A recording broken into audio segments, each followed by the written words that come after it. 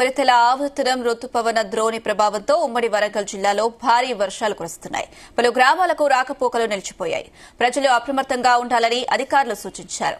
బోగత జలపాతానికి భారీగా వరద నీరు చేరుతుండటంతో జలకళ సంతరించుకుంది. సందర్శకులకు అనుమతి నిరాకరించారు అధికారులు. వర్షాలపై మరింత సమాచారం మా వరంగల్ ప్రతినిధి శ్రీకాంత్ అందిస్తారు. ఉమ్మడి వరంగల్ జిల్లా వ్యాప్తంగా విస్తారంగా అయితే వర్షాలు కురుస్తాయని చెప్పొచ్చు. నిన్న రాత్రి నుంచి కూడా ఎడతెరిపి లేని కురుస్తున్నటువంటి వర్ష నేపథ్యంలో వాగులు వంకలైతే పొంగిపోతుందని చెప్పొచ్చు. ముఖ్యంగా ములుగు జిల్లా పరిధిలో ఉన్నటువంటి వాజేడు వెంకటాపూర్ పరిధిలో మాత్రం 227 సెంటీమీటర్ల వర్షపాతం అయితే నమోదని చెప్పొచ్చు. రాష్ట్రంలో అత్యధిక వర్షపాతం నమోదైన ప్రాంతంగా అయితే నమోదైంది. ఈ క్రమంలో అక్కడ ఉన్నటువంటి ప్రాంతంలో ఉన్నటువంటి వాగులు వంకలైతే పొంగిపోతున్నాయి. ముఖ్యంగా ఇక్కడ భద్రాద్రి ఉన్నటువంటి కొత్తగూడెం సంబంధించిన భద్రాచలం వెళ్లేటువంటి రహదారి ప్రాంతంలో యాకన్నగూడెం ప్రాంతం వద్ద మొత్తం కురుస్తుంటే వర్షాలతో అక్కడ వంతెనైతే కొట్టుకుపోవడంతో కూడా పూర్తిగా రాకపోకలైతే నిలిచిపోయి, మరోవైపు అక్కడ ఏజెన్సీ ప్రాంతాలకు సంబంధించిన వారంతా కూడా ఇళ్లలోకి నీరు చేరుతున్నటువంటి పరిస్థితి కనిపిస్తుంది. అక్కడ పలు ప్రాంతాలకు సంబంధించిన గూడాలకు కూడా రాకపోకలైతే నిలిచిపోయినటువంటి పరిస్థితి కనిపిస్తుంది. మరోవైపు ఇక్కడ పసరా నుంచి ఏటూరు నగరం వెళ్లేటువంటి రహదారి వెంట కూడా భారీ వృక్షాలైతే నేల కొరగడంతో కూడా రాకపోకలైతే నిలిచిపోయినటువంటి క్రమంలో అయితే అధికారులు అయితే కూడా అప్రమత్తమయ్యారు.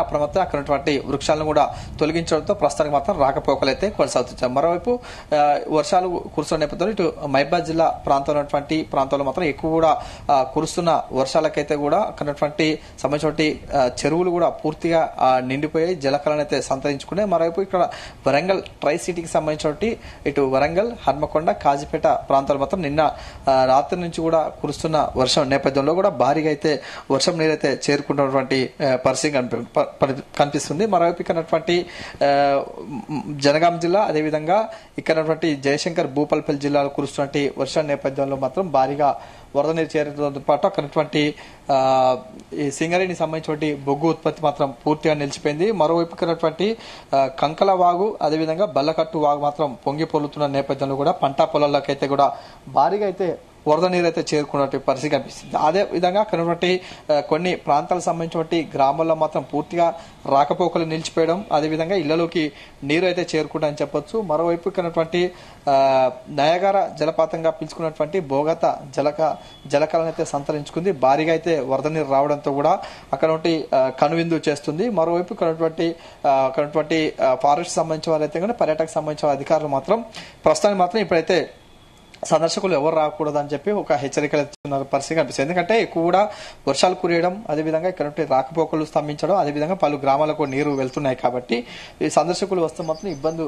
పడే అవకాశం ఉంటున్న నేపథ్యంలో అలాంటి రావద్దని చెప్పి వారు కూడా సూచిస్తున్న పరిస్థితి కనిపిస్తుంది. మరోవైపు ఇక్కడ కురుస్తున్న వర్షాలు మాత్రం మరొక 2 రోజుల పాటు ఇలాగే కురిసే అవకాశం ఉంటుంది. ఎందుకంటే ఇక్కడ వరంగల్, అదేవిధంగా హన్మకొండ సంబంధించినటువంటి ఈ ప్రాంతాలు మాత్రం ఎక్కువ ఆరెంజ్ అలర్ట్ అయితే జారీ చేశారు కాబట్టి ఇక్కడ ప్రజలందరూ కూడా అప్రమత్తంగా ఉండాలని చెప్పి సూచిస్తున్న పరిస్థితి కనిపిస్తుంది. మరోవైపు ఇక్కడ అధికార యంత్రాంగం కూడా అప్రమత్తమైంది. ఇక్కడ కలెక్టరేట్ లో కూడా ఒక టోల్ ఫ్రీ నెంబర్ అయితే విడుదల చేసింది. అందులో వారంతా కూడా ఎవరైనా ఇబ్బందులు తలెత్తే మాత్రం టోల్ ఫ్రీను సంప్రదించాలని చెప్పి ఒకవైపు చూస్తున్నారు. మరోవైపు ఇక్కడ మిగతా సంబంధించిన యంత్రాంగం కూడా అప్రమత్తంగా ఉండటం, అదేవిధంగా ఇప్పటికే పలు సూచనలు చేశారు. ఎవరు కూడా అప్రమత్తంగా ఉండాలి, ఎలాంటి ఇబ్బందులు తలెత్తినా కూడా అధికారులు కూడా అప్రమత్త విధంగా కూడా అందరూ కూడా వెంటనే సహాయక చర్యలు కూడా పాల్గొనంటూ కూడా సూచిస్తున్నటువంటి పరిస్థితి కనిపిస్తుంది.